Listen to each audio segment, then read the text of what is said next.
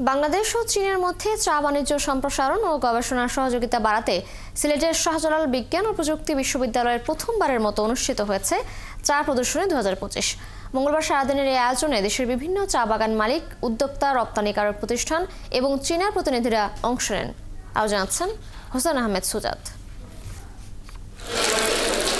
বিশ্বে প্রতি বছর 6.8 মিলিয়ন মেট্রিক টন চা উৎপাদন হয়, যার মধ্যে চীনে হয় প্রায় 3.2 মিলিয়ন আর বাংলাদেশে হয় প্রায় 1 লাখ টন।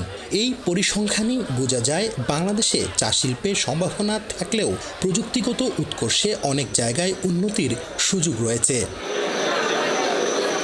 আর এ লক্ষ্যেই শাবিপ্রবির পলিটিক্যাল স্টাডিজ বিভাগের Chinese corner, food engineering and T technology বিভাগ এবং বাংলাদেশে অবস্থিত চীনা দূতাবাসের সহযোগিতায় প্রথমবারের মতো অনুষ্ঠিত হলো চা প্রদর্শনী, যেখানে অংশ নেন দুই দেশের উদ্যোক্তা ও প্রতিনিধিরা। চা উৎপাদনকারী যে সমস্ত প্রতিষ্ঠানগুলো রয়েছে তাদের প্রবলেমসগুলো আইডেন্টিফাই করতে পারবে। যারা নীতি নির্ধারণের পর্যায়ে এই সমস্যাগুলোর সমাধান না হলে আসলে এই সমস্যার সমাধান হওয়া এত সহজ না। আমরা চায়নাতেও এক্সপোর্ট করতে পারি যদি আমাদের ব্ল্যাক টিটা আরও বেশি পরিমাণে আমরা প্রোডাকশন করে এক্সপোর্ট করতে পারি। This is a start. আমার মনে হয় একদিনে আপনার এই বিষয়টা ইট উইল টেক টাইম।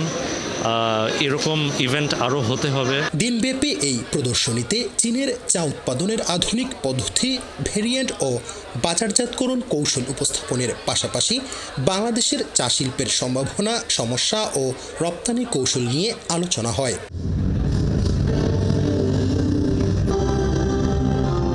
আয়োজনে বিশেষ আকর্ষণ হিসেবে ছিল চীনা সাংস্কৃতিক পরিবেশনা, ক্যালিওগ্রাফি এবং চা প্রস্তুতির লাইভ।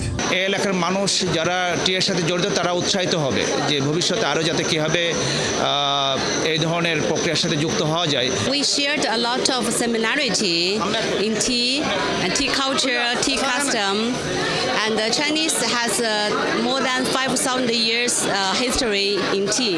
এই প্রদর্শনীর মাধ্যমে চা শিল্পের আধুনিকায়ন এবং চীন বাংলাদেশের মধ্যে সম্পর্ক আরও গভীর হবে, এমনটাই প্রত্যাশা আয়োজনে আসা অতিথিদের।